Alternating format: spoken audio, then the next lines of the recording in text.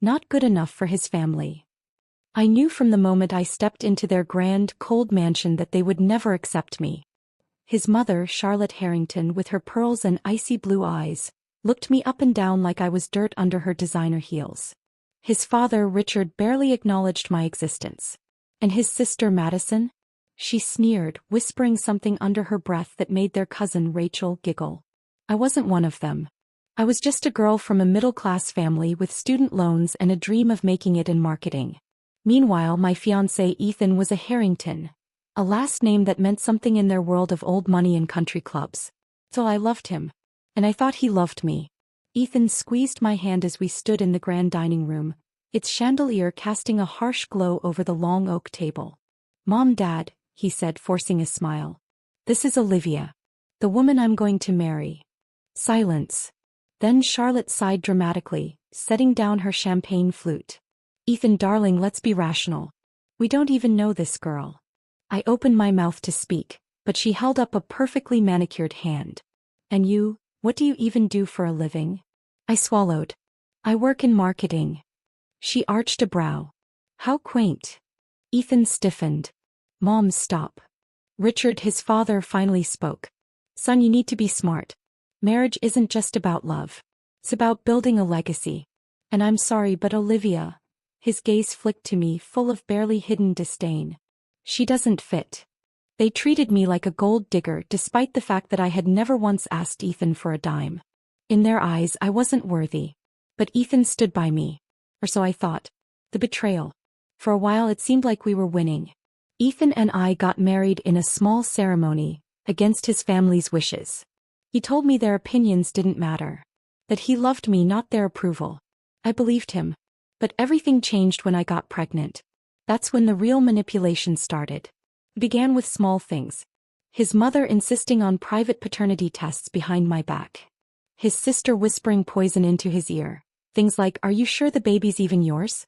Then came the staged proof. Fake text messages. Photos that had clearly been altered. Lies stacked upon lies until Ethan began to doubt me. One night when I was 5 months pregnant, he came home with a look I had never seen before. Cold, detached. "I know the truth," he said, throwing a folder onto the table. "You've been lying to me this whole time." I frowned, heart pounding as I picked up the papers. Photos of me with another man, except it wasn't me. The hair was similar, but the face was off, the details blurred. A cheap trick, but one he wanted to believe. "Ethan, this is fake," I whispered. "Don't lie to me," he snapped. "You played me, Olivia. And I won't raise another man's child." Tears burned my eyes. "Ethan, please, you know me. I would never." "Get out." His voice was stone. "Now." I stared at him, waiting for him to take it back. For some sign that this was just a horrible mistake. But he only turned away. And just like that, I was homeless. Alone. 5 months pregnant. And they had one. Starting over. I don't remember leaving. One moment I was standing in our living room, my hands shaking, my heart pounding.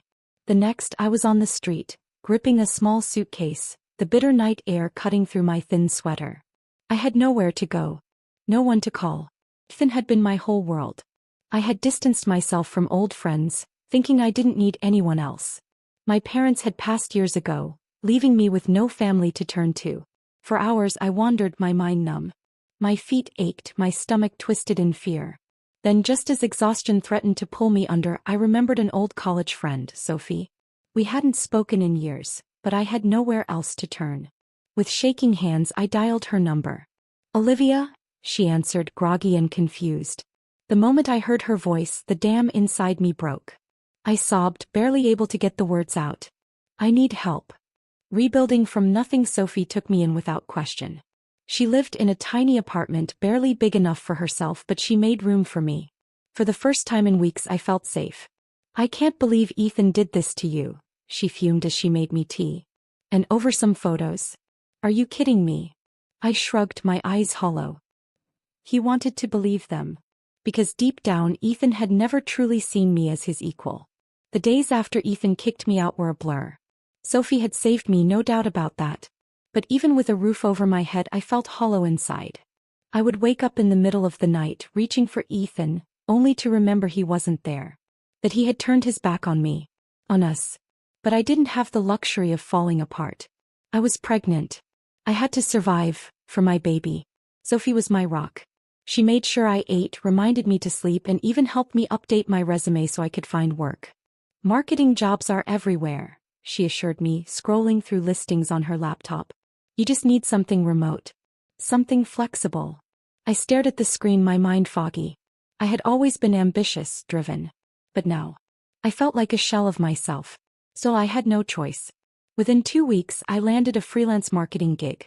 It wasn't much, just enough to cover groceries and save a little for an apartment of my own. It wasn't glamorous, but it was mine. And for the first time since Ethan had thrown me out, I felt the tiniest spark of hope. The Harringtons' next move. One evening, as I sat curled up on Sophie's couch, scrolling through apartment listings, my phone buzzed. Unknown number. My stomach twisted. I had a feeling I knew exactly who it was. I hesitated before answering. Hello. Pause. Then, Olivia. Charlotte Harrington's voice was as cold as ever. I gripped the phone tighter. What do you want? She sighed as if I were exhausting her. I wanted to check in. See how you're managing. I nearly laughed. Managing? Like I was some charity case she had tossed aside. I'm fine, I said through gritted teeth. Are you? She mused.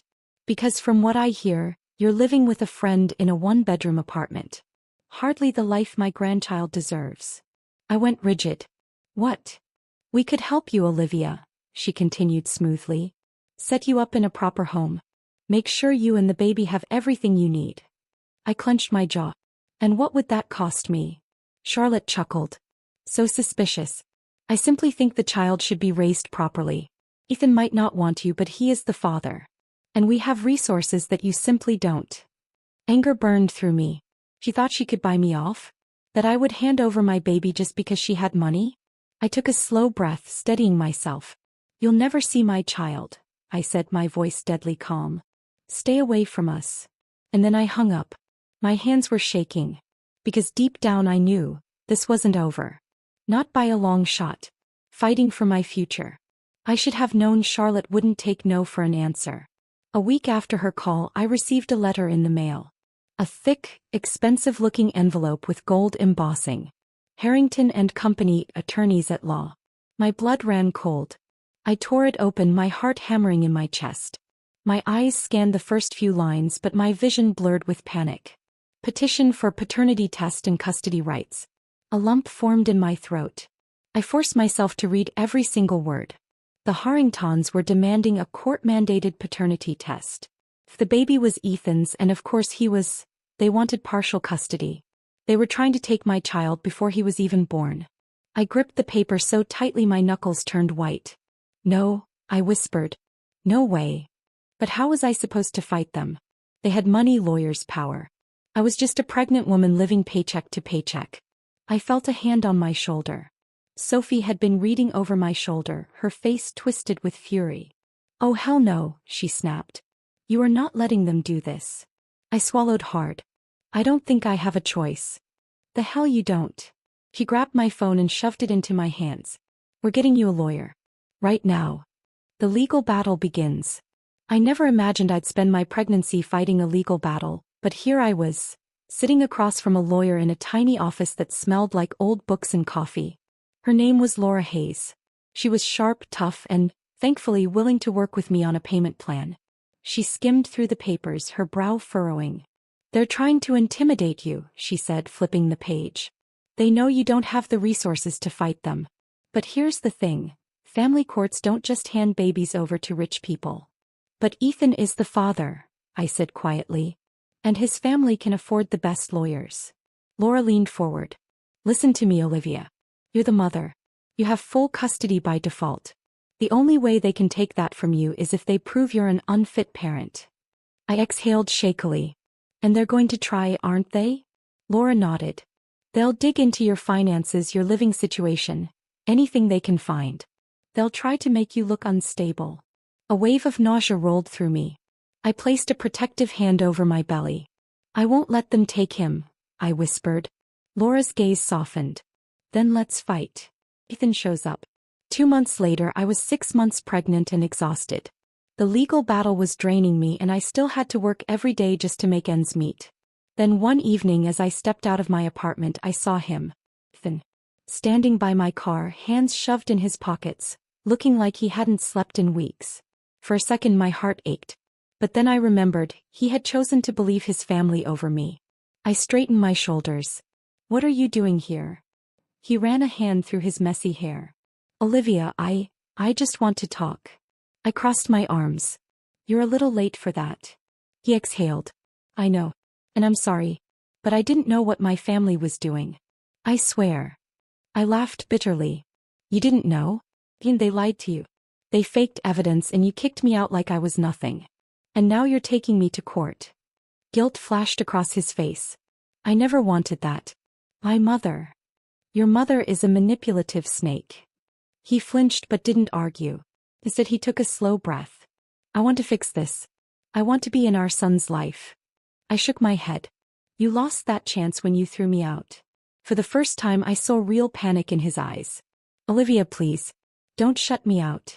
I met his gaze, my voice ice cold. I don't owe you anything. And then I walked away. But I knew this wasn't over. Not yet. The fight gets uglier. After Ethan's unexpected visit, I felt like a storm was brewing. I wasn't wrong. A week later I got a call from Laura. We have a problem, she said grimly. The Harringtons just filed an emergency motion for temporary custody once the baby is born. I nearly dropped my phone. What? How is that even possible? They're claiming you're financially unstable and that the baby would have a better quality of life with them. My stomach churned. But I have a job. I have a home. They're also saying you're emotionally volatile and unfit to raise a child alone. I let out a humorless laugh. Let me guess, because I don't want to take Ethan back? Laura sighed. It's a weak case, Olivia. But they're trying to drag you through hell so you'll break. I clenched my jaw. Then we'll fight. They try to set me up. The next few weeks were a nightmare. I started noticing things. People watching me when I left my apartment, a man I didn't recognize snapping photos of me at the grocery store. Then came the mysterious complaint to Child Protective Services. A social worker showed up at my door one afternoon. She was polite but firm, explaining that there had been a report that I was engaging in reckless behavior while pregnant.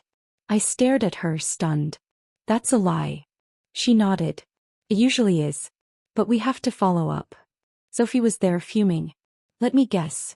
Was the report anonymous? The social worker hesitated. I can't disclose that. Of course. I cooperated fully, knowing I had nothing to hide. But the visit rattled me. Charlotte and the Harringtons were trying to make me look unstable. Trying to create a paper trail they could use against me in court. I refused to let them win. The court date arrives. By the time my court date arrived, I was 8 months pregnant, exhausted and furious. I sat beside Laura, my hands folded in my lap as we faced off against Ethan and his family. Charlotte sat primly in her expensive suit, her expression smug. Ethan, on the other hand, looked miserable. I barely glanced at him. Their lawyer launched into a speech about how the Harringtons could provide a stable and privileged upbringing for my child. How I was struggling financially. How I had refused Ethan's help. Then Laura stood. Your Honor, my client is employed, housed, and has never demonstrated unfit behavior. What the Harringtons are doing is weaponizing wealth. They believe they can buy a child, but this court does not operate that way. The judge listened intently, occasionally glancing at me. Then it was my turn to speak. I stood, my legs shaking. I looked straight at the judge and said, Your Honor, I love my son. I may not be rich, but I can give him a real home. A loving home. And no amount of money can replace that. Silence. Then the judge looked at the Harringtons and said the words that made my heart soar. Temporary custody denied. Charlotte's face twisted in rage. Ethan exhaled, looking almost relieved. Me. I had won. For now. The aftermath of the court battle. I walked out of that courtroom victorious, but I knew the war wasn't over. Charlotte Harrington did not lose gracefully. The very next day, an article appeared in a high-profile gossip column. Scandal in the Harrington family. Billionaire's heir trapped in a custody battle with ex-fiancé. I felt my stomach drop as I read through the piece. They painted me as a manipulative gold digger who had tricked Ethan into fatherhood. They called me unstable, jobless, and desperate. The article even had paparazzi photos. One of me looking exhausted outside the courthouse, another of Sophie helping me into my car. It was a full-blown smear campaign. I slammed my phone down, my pulse racing. Sophie, reading over my shoulder, let out a string of curses. "They're trying to destroy your reputation." My hands shook. "And they're doing a damn good job of it." Within hours, my inbox flooded with hate messages. Strangers calling me names, accusing me of using my baby to trap a rich man. The Harringtons were making sure I paid for winning in court. I knew I had to fight back. Ethan's confession. I was preparing a statement with Laura when my phone buzzed with a text. "Ethan, I need to see you. Please." I stared at the screen. I should have ignored it. But something in my gut told me to hear him out. That evening I met him at a quiet cafe. He looked awful, dark circles under his eyes, his usual confidence replaced by guilt. "I didn't know about the article," he said immediately. "I swear." "My mother." I scoffed. "Your mother is a monster. And you let her do this." He flinched. "I tried to stop her. Olivia. I don't have control over her."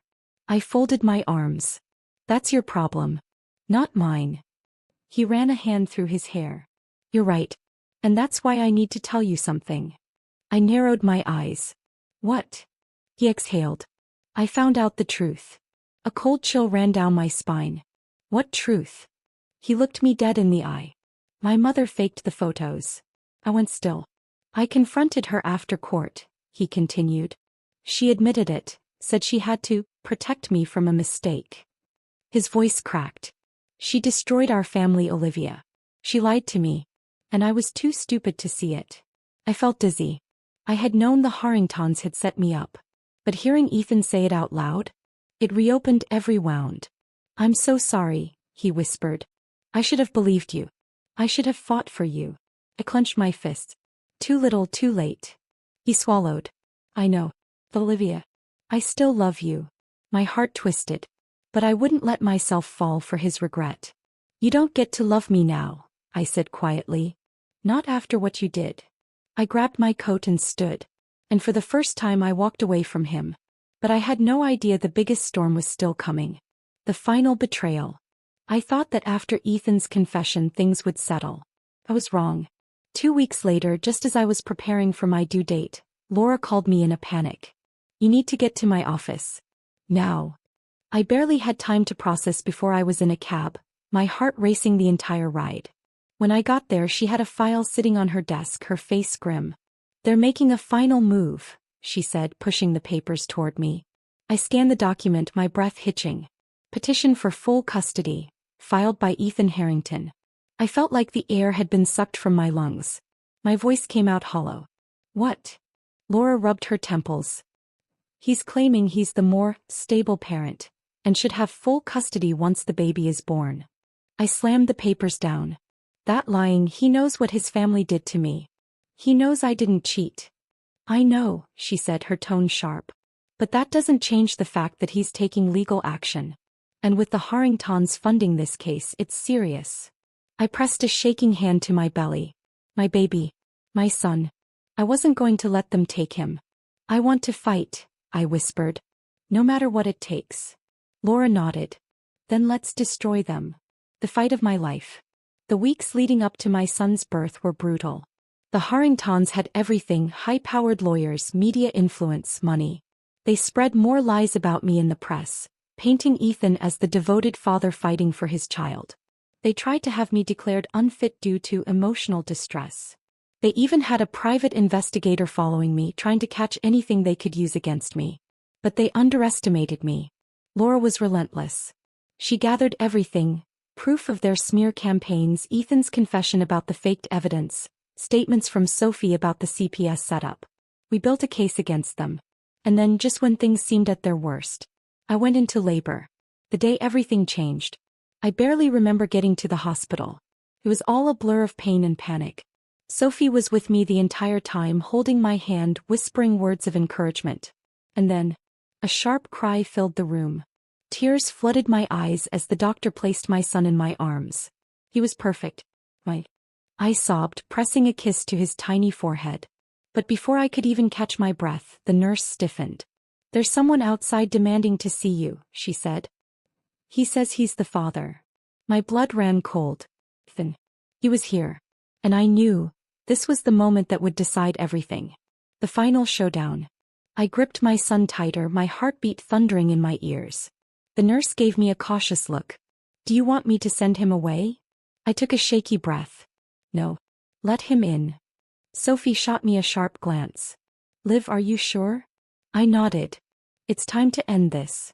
A moment later, the door swung open. Ethan stepped inside, looking like he hadn't slept in days. His clothes were wrinkled, his hair a mess, and his expression was unreadable. His eyes landed on our son, and for a second I saw something raw flash across his face. But I wasn't here for his emotions. I was here to protect my child.